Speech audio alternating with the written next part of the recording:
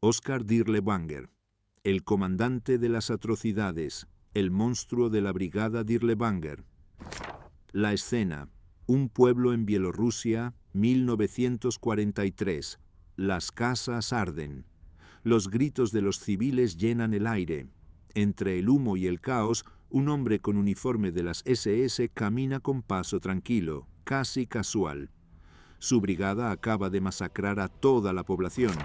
Hombres, mujeres, niños, nadie se salvó. El hombre se detiene, enciende un cigarrillo y observa su trabajo como quien admira un cuadro. Luego se da la vuelta y ordena quemar lo que queda del pueblo. Mientras camina de regreso a su campamento, pasa junto a un grupo de sus soldados violando a varias mujeres antes de ejecutarlas. No interviene, no los detiene, simplemente asiente con aprobación. Su nombre era Oskar Dirlewanger, y lo que acabas de leer no fue un incidente aislado. Fue su rutina diaria durante años. Esta no es la historia de un soldado que combatió en la guerra. Esta es la historia de un criminal, un violador y un asesino que encontró en el régimen nazi el paraguas perfecto para convertir sus perversiones más oscuras en política militar oficial. Un hombre tan depravado que incluso otros oficiales de las SS, hombres ya endurecidos por años de violencia, presentaron quejas formales sobre su conducta. Esta es la historia de Oskar Dirlewanger, el comandante de la brigada Dirlewanger, un nombre que aún hoy causa escalofríos en Europa del Este, un nombre sinónimo de violaciones masivas, torturas indescriptibles y masacres tan brutales que superaban incluso los estándares sádicos del Tercer Reich. Prepárate, porque lo que estás a punto de escuchar no son batallas heroicas ni estrategias militares brillantes. Son testimonios de supervivientes que vieron a este hombre y a su brigada convertir pueblos enteros en escenarios de horror. Son las últimas palabras de miles de personas que fueron torturadas, violadas, quemadas vivas por un hombre que no solo seguía órdenes, sino que disfrutaba cada segundo de sus atrocidades. Bienvenido al infierno personal de Oskar Dirlewanger, un infierno donde las reglas militares no existían, donde la disciplina fue reemplazada por la brutalidad descontrolada, donde el comandante no solo permitía las atrocidades, sino que las lideraba personalmente. Porque para Dirlewanger la guerra no era un deber, era una oportunidad para dar rienda suelta a cada impulso violento, a cada fantasía depravada, sin consecuencias, con el respaldo completo del Estado nazi. Comencemos por el principio, o más bien, por el final, porque la mejor manera de entender quién era Oskar Dirlewanger es viendo cómo murió, y su muerte, como su vida, estuvo rodeada de violencia. Junio de 1945. La guerra había terminado. Los aliados habían capturado a miles de oficiales nazis, y Dirlewanger era uno de los más buscados, no por sus logros militares, sino por la lista interminable de crímenes de guerra que había cometido. Cuando fue capturado, Dirlewanger fue internado en un campo de prisioneros francés. Los guardias franceses sabían exactamente quién era, conocían su reputación, conocían las atrocidades que había cometido, y durante varias semanas Dirlewanger fue golpeado, brutalmente, repetidamente. Los guardias no se molestaron en ocultar lo que estaban haciendo. Lo consideraban justicia poética, que el hombre que había torturado a tantos finalmente probara su propia medicina. Una noche, los golpes fueron demasiado lejos. El cuerpo de Dirlewanger fue encontrado sin vida en su celda. Oficialmente, la causa de muerte fue listada como problemas cardíacos. Extraoficialmente, todos sabían la verdad. Dirlewanger había sido torturado hasta la muerte por sus propios guardias. Algunos dirían que fue justicia, otros dirían que fue venganza, pero todos estarían de acuerdo en una cosa. Oskar Dirlewanger murió experimentando una fracción del sufrimiento que había infligido sobre miles de personas. Pero la muerte no borra la historia, y la historia de Dirlewanger es una que debemos contar, no para glorificarlo, sino para entender hasta qué punto puede llegar la depravación humana cuando se combina con poder absoluto. Retrocedamos. Mucho antes de convertirse en el comandante más temido y odiado de las SS, Dirlewanger ya mostraba señales de lo que estaba por venir. Nacido en 1895 en Würzburg, Alemania, Oskar Dirlewanger creció en una familia de clase media. Nada en su infancia sugería que se convertiría en uno de los criminales de guerra más notorios de la historia.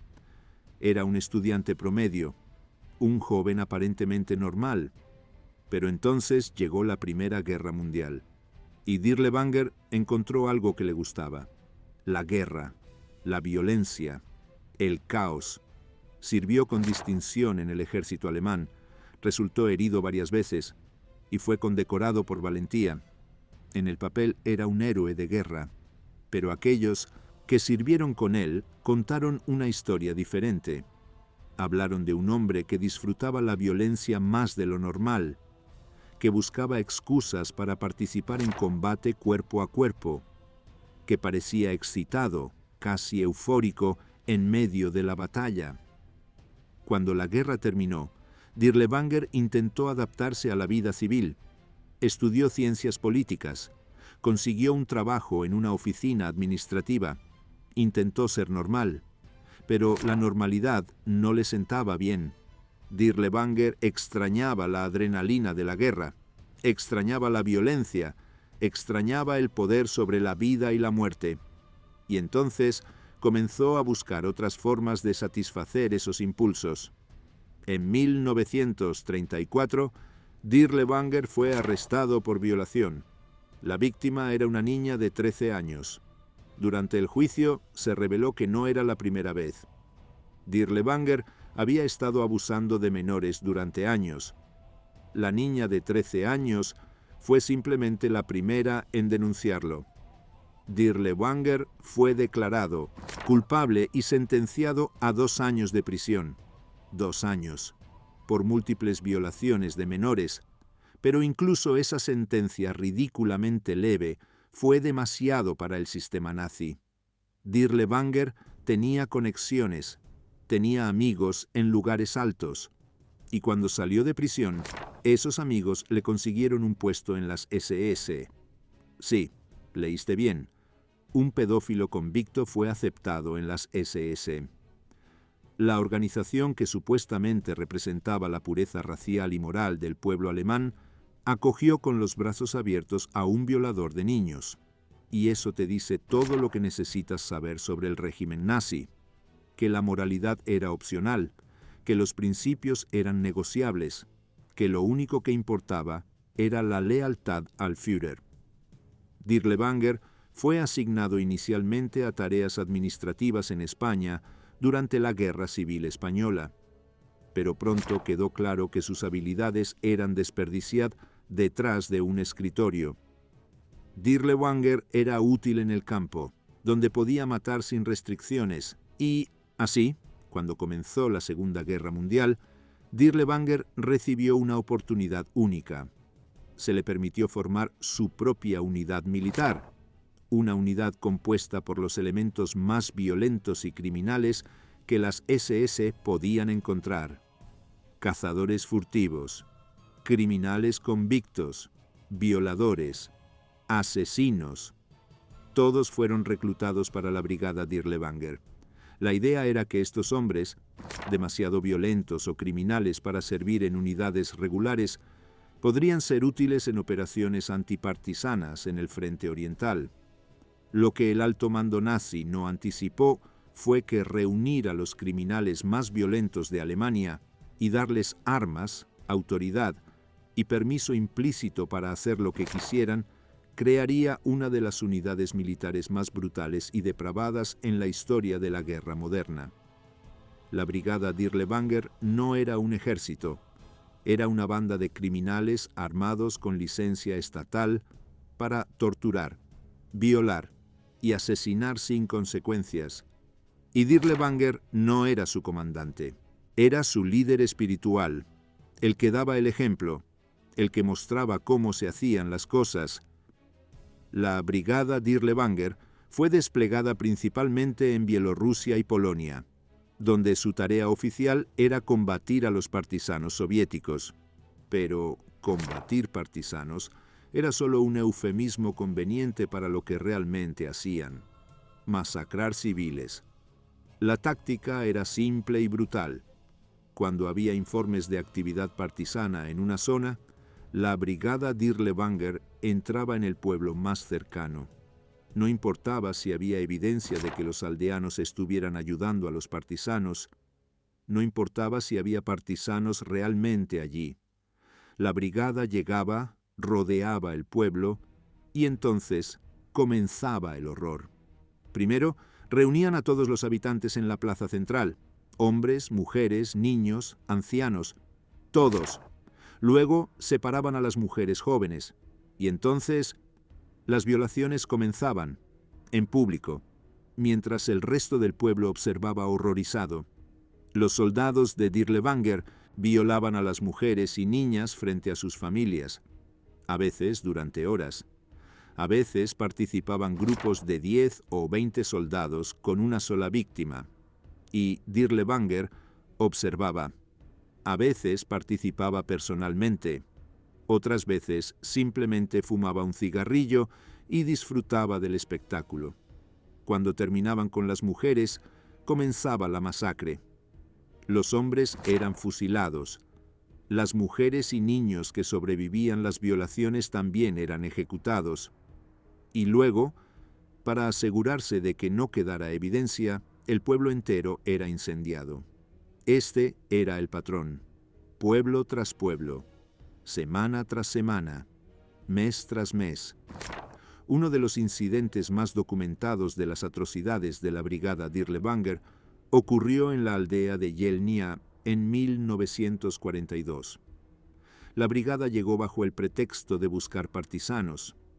Encontraron una aldea de menos de 500 habitantes. La mayoría eran mujeres, niños y ancianos. Los hombres jóvenes ya habían sido reclutados por el ejército soviético. La brigada reunió a todos los habitantes en el granero principal.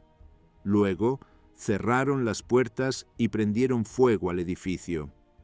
400 personas fueron quemadas vivas.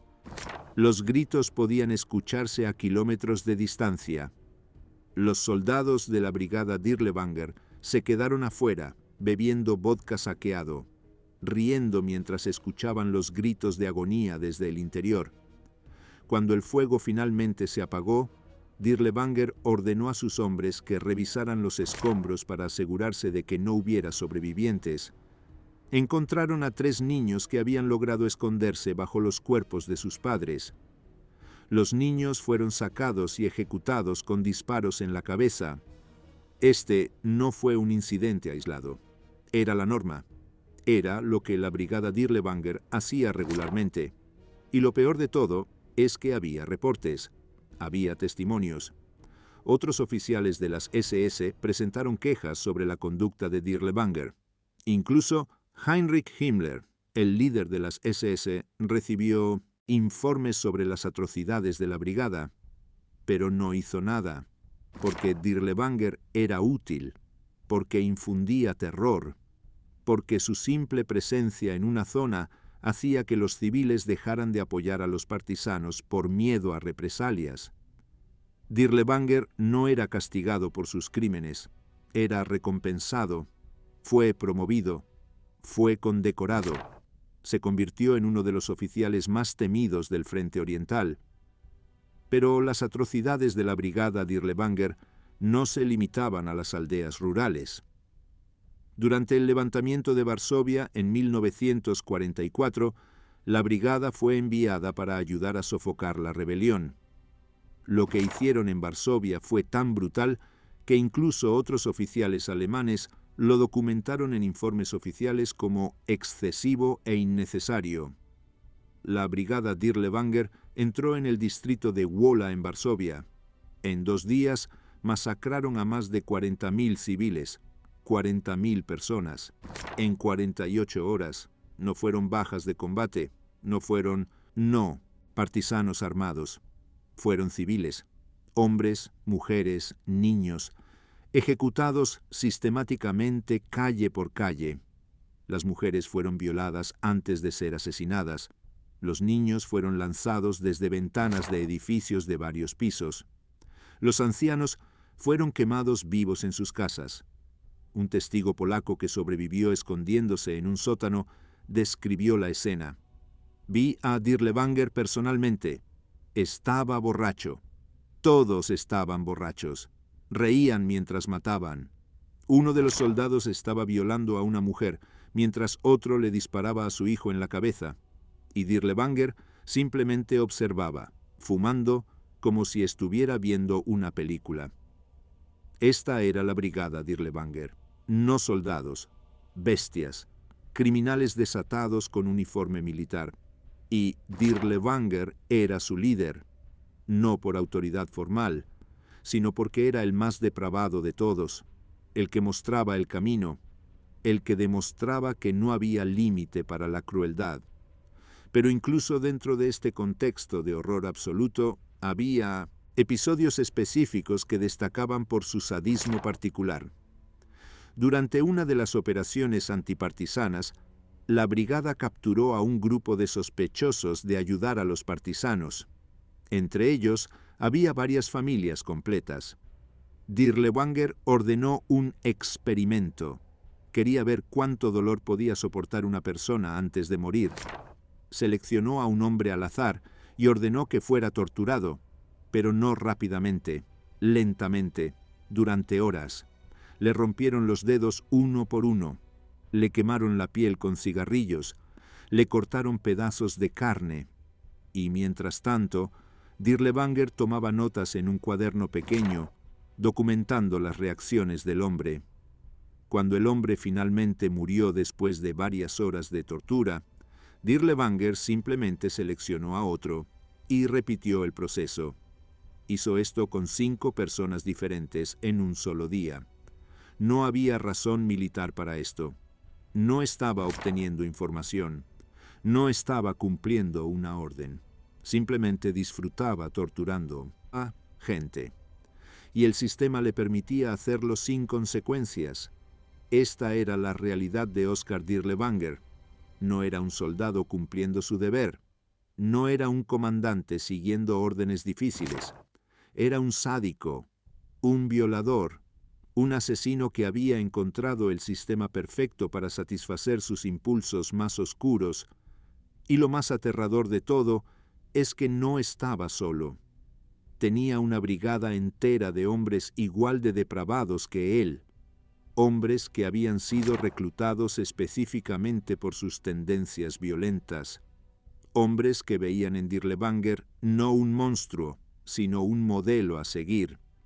Esto creó una cultura de violencia tan extrema que incluso en el contexto del Frente Oriental, donde las atrocidades eran comunes, la brigada Dirlewanger se destacaba como excepcionalmente brutal.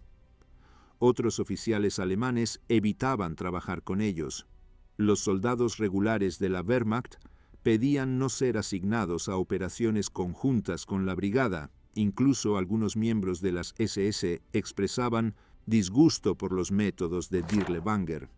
Pero nada de esto importaba, porque Dirlewanger tenía protección desde arriba, tenía amigos poderosos que valoraban su efectividad más que se preocupaban por su moralidad, y así las atrocidades continuaban. Pueblo tras pueblo, masacre tras masacre, violación tras violación.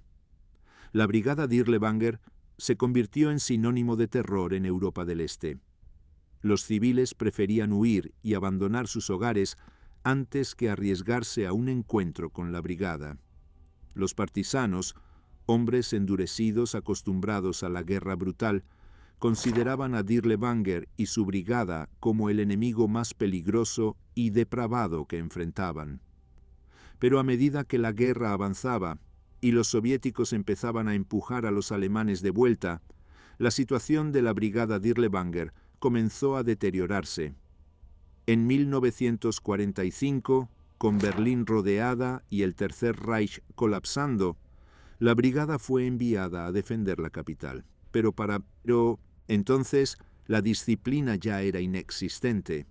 Los hombres estaban constantemente borrachos, saqueaban indiscriminadamente. Y cuando llegaron los soviéticos, la brigada se desintegró. Dirlewanger intentó huir. Cambió su uniforme por ropa civil e intentó desaparecer en el caos del colapso alemán, pero fue capturado por soldados franceses semanas después, y entonces comenzó su calvario final. Los guardias franceses no tenían interés en darle un trato humanitario. Sabían quién era, sabían lo que había hecho, y decidieron que merecía experimentar una fracción del dolor que había causado. Dirlewanger fue golpeado diariamente. No interrogatorios, solo golpizas. Los guardias se turnaban. A veces usaban sus puños, otras veces usaban palos. El objetivo no era extraer información, era causar dolor. Y después de varias semanas de esto, el cuerpo de Dirlewanger simplemente no pudo más. Su corazón se detuvo, o quizás sus órganos internos colapsaron por el trauma. La autopsia nunca fue concluyente. Oficialmente murió de causas naturales. Extraoficialmente fue torturado hasta la muerte. Algunos dirán que fue justicia poética, que el hombre que había torturado a tantos finalmente recibió su merecido. Otros dirán que incluso esa muerte fue demasiado misericordiosa para lo que había hecho. Pero independientemente de cómo murió, una cosa es cierta. Oskar Dirlewanger nunca enfrentó un juicio formal. Nunca fue juzgado por sus crímenes. Nunca fue declarado culpable públicamente. Nunca tuvo que escuchar los testimonios de sus víctimas. Murió sin rendir cuentas apropiadas por las decenas de miles de personas que había asesinado, torturado y violado. Y eso es una injusticia que debemos reconocer. Porque las víctimas de Dirlewanger merecían ver justicia, merecían ver a su torturador enfrentar las consecuencias de sus actos en un tribunal. Merecían que el mundo supiera exactamente lo que había hecho. Pero no lo obtuvieron. Y esa es otra atrocidad, en una larga lista de atrocidades asociadas con el nombre de Oskar Dirlewanger. Ahora, décadas después de su muerte, debemos preguntarnos, ¿qué lección podemos extraer de la historia de Dirlewanger? La primera lección es obvia, que sistemas que permiten la impunidad crean monstruos. Dirlewanger no habría podido hacer lo que hizo sin el respaldo del régimen nazi, sin las estructuras de poder que lo protegían, sin la ideología que deshumanizaba a sus víctimas. La segunda lección es más sutil, que la moralidad individual importa, porque incluso dentro del contexto del régimen nazi, incluso en el frente oriental donde las atrocidades eran comunes, Dirlewanger se destacaba como excepcionalmente brutal. Había elecciones. Siempre hay elecciones. Y Dirlewanger eligió, una y otra vez, la opción más cruel, más sádica, más depravada. La tercera lección es que el pasado no está tan distante como nos gustaría pensar. Los sobrevivientes de las atrocidades de Dirlewanger, aquellos que tuvieron la suerte de escapar, vivieron hasta hace muy poco. Algunos todavía están vivos. Sus testimonios no son historia antigua, son memoria viva. Y es nuestra responsabilidad escuchar esos testimonios, aprender de ellos, asegurarnos de que el nombre de Oskar Dirlewanger sea recordado no como un héroe, no como un soldado valiente, sino como lo que realmente era, un criminal, un violador, un asesino masivo que utilizó la guerra como excusa para satisfacer sus impulsos más oscuros. La historia de Dirlewanger no es una historia de guerra, es una historia de depravación humana, de hasta dónde puede llegar una persona cuando se elimina toda restricción moral, toda consecuencia legal, toda empatía humana. Es una advertencia de que los monstruos no son criaturas míticas, son personas reales, y bajo las circunstancias adecuadas pueden causar un horror inimaginable. Oskar Dirlewanger murió en 1945, pero su legado de terror vive en la memoria de las comunidades que destruyó, en los testimonios de los supervivientes, en las fosas comunes que todavía se descubren en Europa del Este, y en nuestra responsabilidad colectiva de asegurarnos de que nunca permitamos que surja otro hombre como él. Porque si hay algo que la historia de Dirlewanger nos enseña, es que el mal no es abstracto, es concreto, es específico. Es un hombre con poder y sin conciencia, decidiendo que puede hacer lo que quiera sin consecuencias. Y la única defensa contra eso es la vigilancia, la justicia, el rechazo absoluto de cualquier sistema que permita tal impunidad. Nunca más. Esa es la promesa que debemos hacer, no solo a las víctimas de Dirlewanger, sino a todas las víctimas de atrocidades en toda la historia. Nunca más permitiremos que un hombre como Oskar Dirlewanger tenga poder. Nunca más permitiremos que la brutalidad sea recompensada. Nunca más permitiremos que el sadismo se convierta en política. Nunca más. Esta es la lección final de Oskar Dirlewanger, el comandante de la brigada más brutal de las SS, el violador, el torturador, el asesino masivo que murió sin enfrentar justicia apropiada. Su muerte no fue el final, fue solo el comienzo de nuestra responsabilidad, la responsabilidad de recordar, la responsabilidad de aprender, la responsabilidad de prevenir. Y mientras sigamos contando esta historia, mientras sigamos recordando su nombre, no para glorificarlo, sino para condenarlo, mientras sigamos enseñando a las generaciones futuras sobre los horrores que cometió, estaremos cumpliendo esa responsabilidad. Estaremos asegurándonos de que Oskar Dirlewanger y hombres como él nunca más tengan el poder de infligir tal horror sobre la humanidad. Esa es nuestra promesa, esa es nuestra obligación, y esa es la única forma de honrar la memoria de aquellos que sufrieron y murieron bajo su régimen de terror. Nunca olvidaremos las víctimas, nunca justificaremos a los perpetradores y nunca permitiremos que esto vuelva a suceder.